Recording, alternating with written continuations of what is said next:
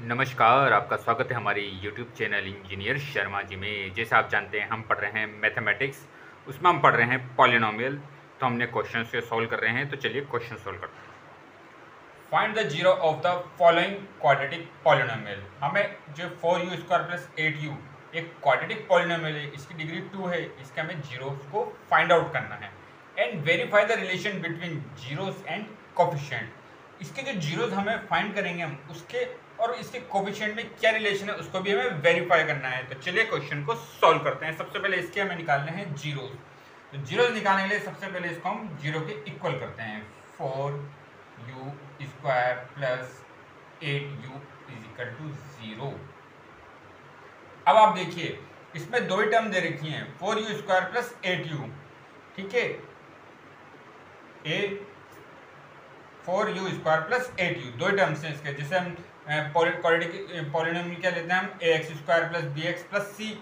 तो यहाँ पर दो टर्म है, तो इसमें मिडिल टर्म स्प्लिट तो हम कर नहीं सकते, तो हम इसमें डायरेक्ट कॉमन ले लेते हैं। यहाँ भी u कॉमन है, यहाँ भी कॉमन है, यहाँ 4 है, यहाँ 8 है। तो हम 4u को अगर हम कॉमन लेते हैं तो अंदर क्या बचेगा, u प्लस यहाँ रहेगा 2 इज इक्वल टू 0। अब 0 के इक्वलेट कर लेते हैं, 4u इज इक्वल टू 0, तो u इज इक्वल टू 0 पहला आ गया।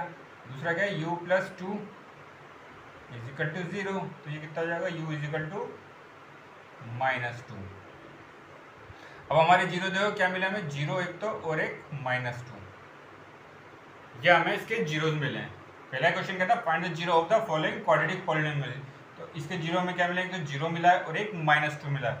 मतलब इन वैल्यू को अगर हम यहाँ रखेंगे तो ये 0 के इक्वल हो जाएगा। देखिए 0 को यहाँ रखते हैं तो ये पूरी इक्वेशन 0 हो जाती है, -2 को भी यहाँ रखते हैं तो ये पूरा क्या हो जाता है, 0 हो जाता है। तो ये इसके हो गए जीरोस। अब हमें रिलेशन क्या करना है, जीरोस और कोफिशिएंट के बीच वेरीफाई करना है। ठीक है, तो पहला रिलेशन क्या है, alpha plus beta is equal to -b/a।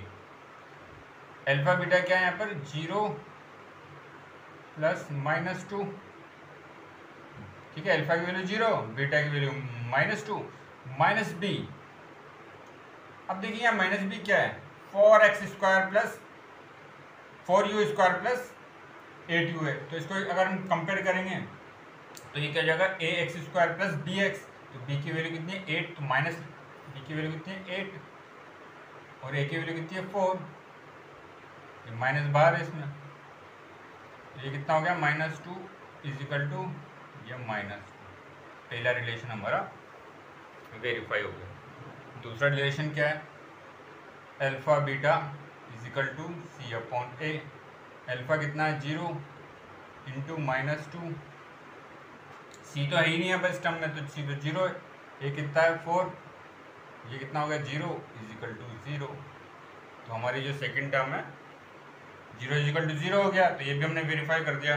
तो आगे और क्वेश्चन सॉल्व करेंगे। आपका बहुत बहुत धन्यवाद, थैंक यू।